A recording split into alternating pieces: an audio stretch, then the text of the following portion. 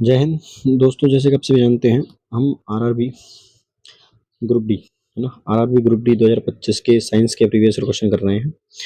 तो आइए स्टार्ट करते हैं पहले क्वेश्चन के साथ।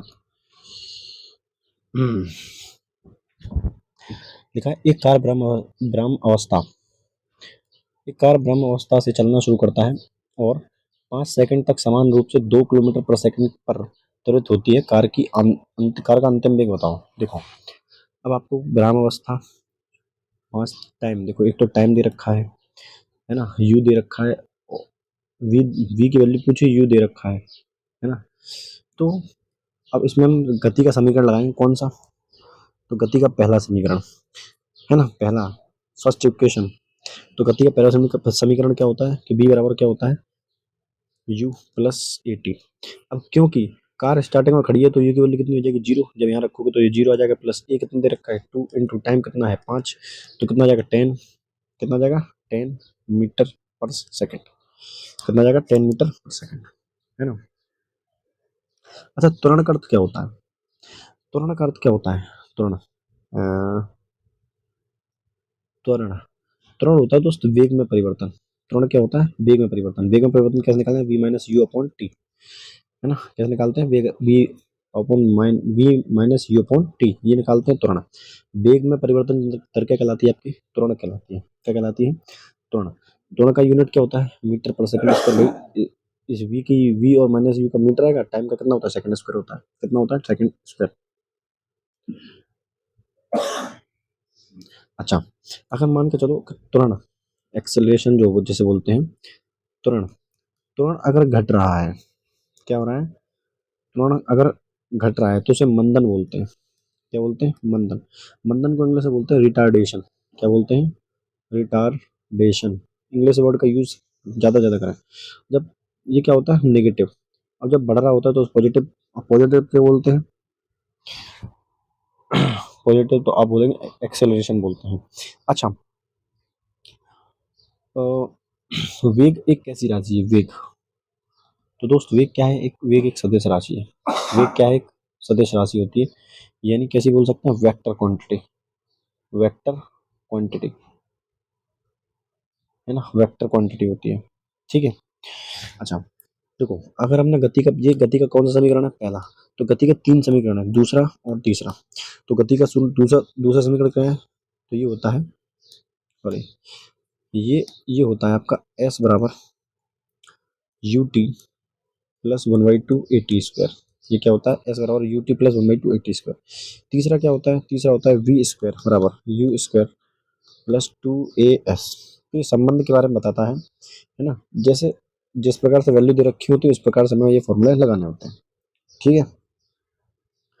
अच्छा,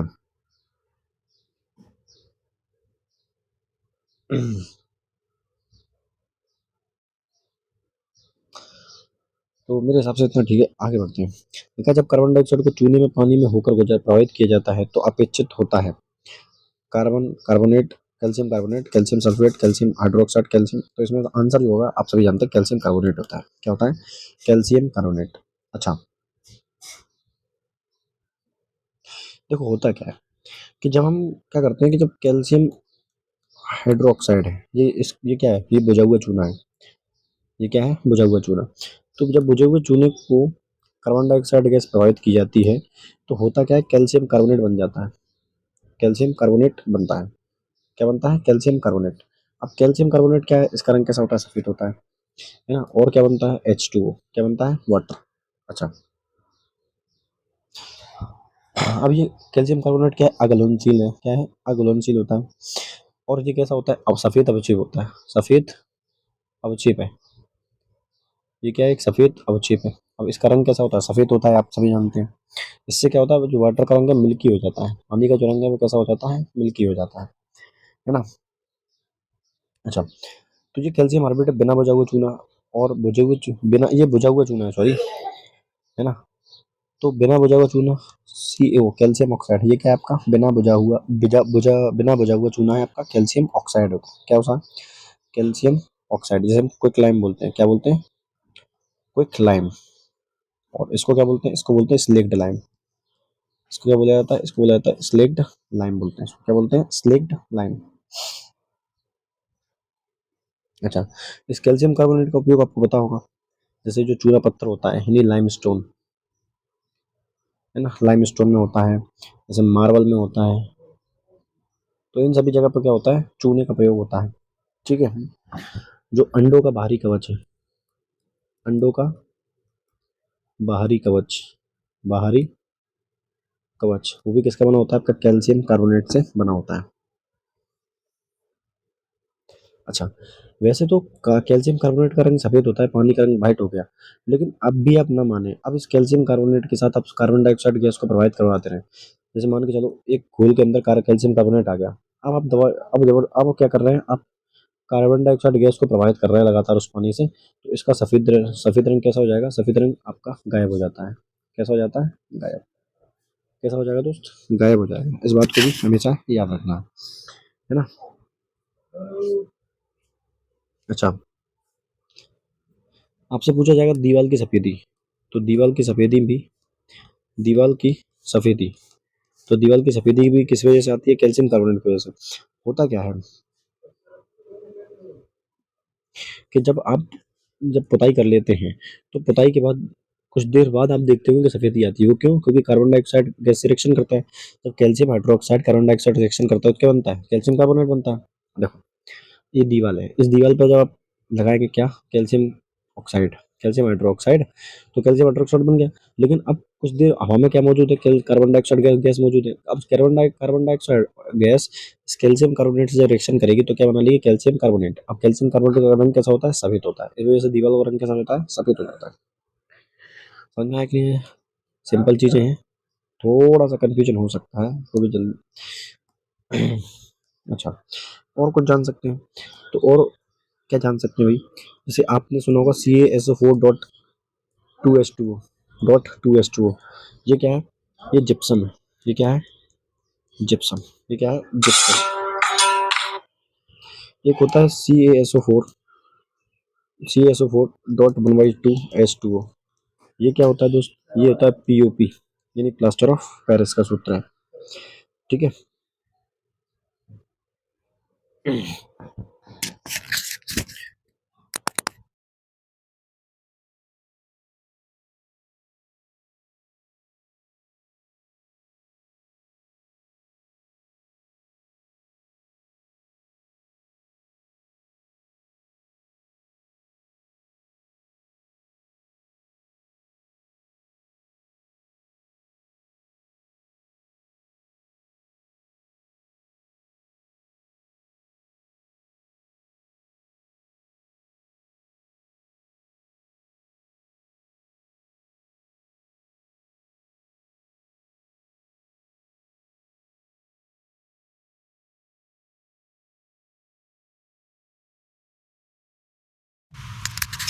चलिए, सॉरी, रुकने के लिए थोड़ा सा कॉल आ गया था, मतलब थोड़ा सा कॉल ही आ गया था। ठीक है, तो इतनी चीज़ें जान ली आप लोगों ने। अब बढ़ जाए आगे, आगे बढ़ते हैं। लिखा है माइटोकॉन्ड्रिया इसलिए विशेष है क्योंकि इसमें स्वयं का डीएनए और राइबोसोम पाए जाते हैं। इस आधार पर इसे क्या कार्य इसका उसके क्या कार्य है? कोशिका में स्वयं का विचरण करना, अपने स्वयं के कुछ प्रोटीन बनाना, लाइसोसोम की तरह सामग्रियों का पहचान करना, पौधों के समान सूर्य के प्रकाश का उपयोग करके भोजन बनाना। तो देखिए, इसका जो आंसर है वो है आंसर नंबर बी। तो इसका काम है अपने स्वयं के कुछ प्रोटीन बनाना, है ना। अब सुनिए, जैसे आप जब भी जानते हैं माइटोकॉन्ड्रिया के अंदर राइबोसोम पाया जाता है, डीएनए राइबोसोम। अब राइबोसोम का काम क्या है? प्रोटीन का बनाना। राइबोसोम क्या बनाता है दोस्त? प्रोटीन बनाता है। राइबोसोम क्या करता है? प्रोटीन बनाता है ना। अब खुद के पास उसके पास डी माइटोकॉन्ड्रिया के पास खुद का डीएनए है ना। तो और इसके पास राइबोसोम जो होता है वो कौन सा होता है? 70S राइबोसोम होता है। कौन सा होता है? 70S राइबोसोम होता है। अब अगर 70S राइबोसोम इसके पास है तो ये अपने खुद के कुछ महत्वपूर्ण प्रोटीन खुद ही बना लेता है। और एंजाइम भी बना सकता है। क्या बना सकता है? एंजाइम। इसीलिए हम इसे जो माइटोकॉन्ड्रिया है, इसे हम अर्ध स्वायत्त अंग बोलते हैं। अर्ध स्वायत्त अंग बोलते हैं। क्या बोलते हैं? अर्ध स्वायत्त अंग बोलते हैं। क्या बोलते हैं? अर्ध स्वायत्त अंग, है ना।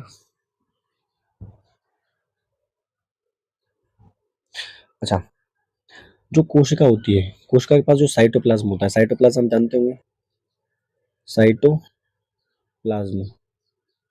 साइटोप्लाज्म के पास कौन सा राइबोसोम होता है, तो आप बताएंगे 80S राइबोसोम होता है। कौन सा होता है? 80S ribosome. आप जानते हैं साइटोप्लाज्म के अंदर भी तो राइबोसोम पाया जाता है ना।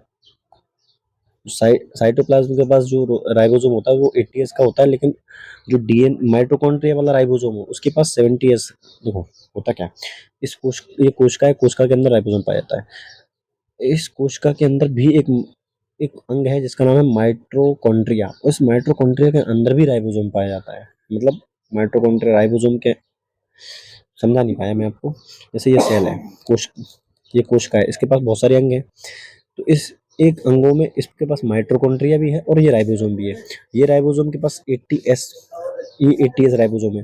अब बात करते हैं इस माइटोकॉन्ड्रिया। इस माइटोकॉन्ड्रिया को जब मैंने खोल के देखा तो इसमें खुद की दो चीजें थी, एक तो डीएनए था और एक राइबोसोम भी। इसके अंदर भी राइबोसोम था, लेकिन ये राइबोसोम जो कहता था वो 70S राइबोसोम है। कौन सा है? 70S। ये साइड 70S राइबोसोम है। ठीक है।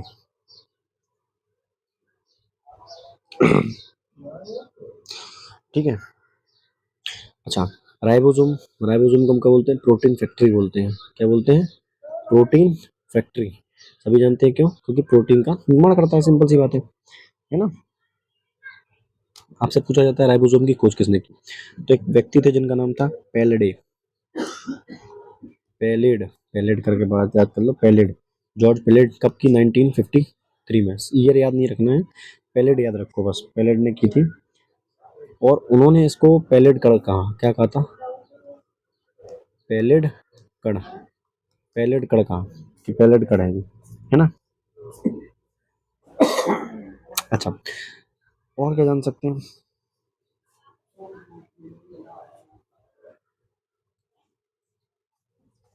जैसे जंतु में जो माइटोकॉन्ड्रिया का जो डीएनए है केवल कहा जाता है माता से संतान में स्थानांतरित होता है।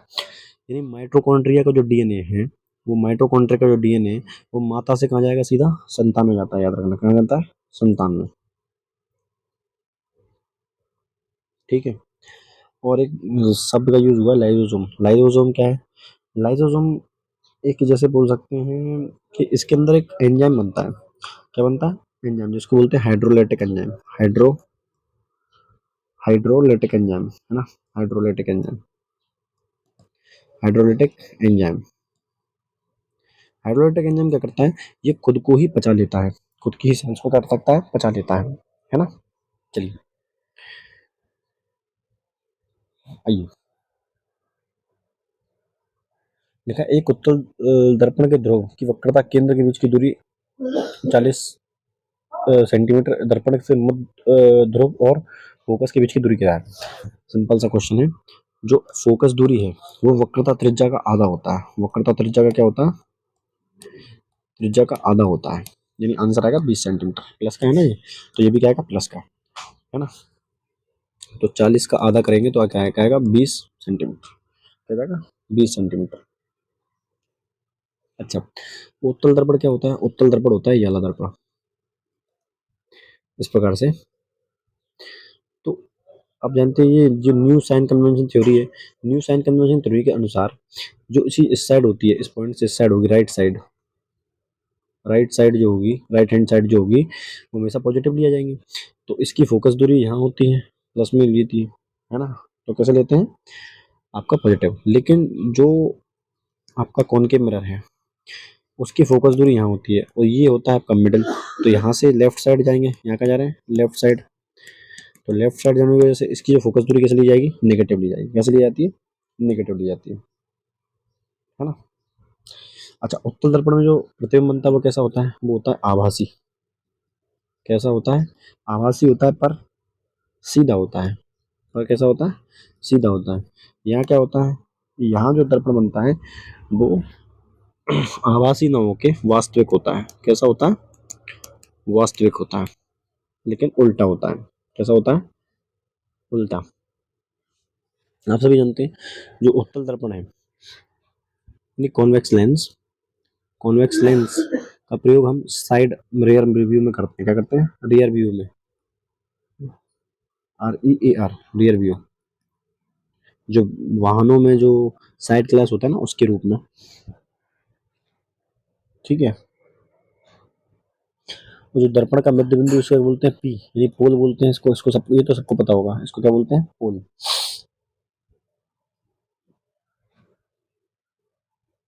ठीक है दोस्त, तो आज के लिए इतना रखते हैं, तब तक के लिए धन्यवाद, जय हिंद।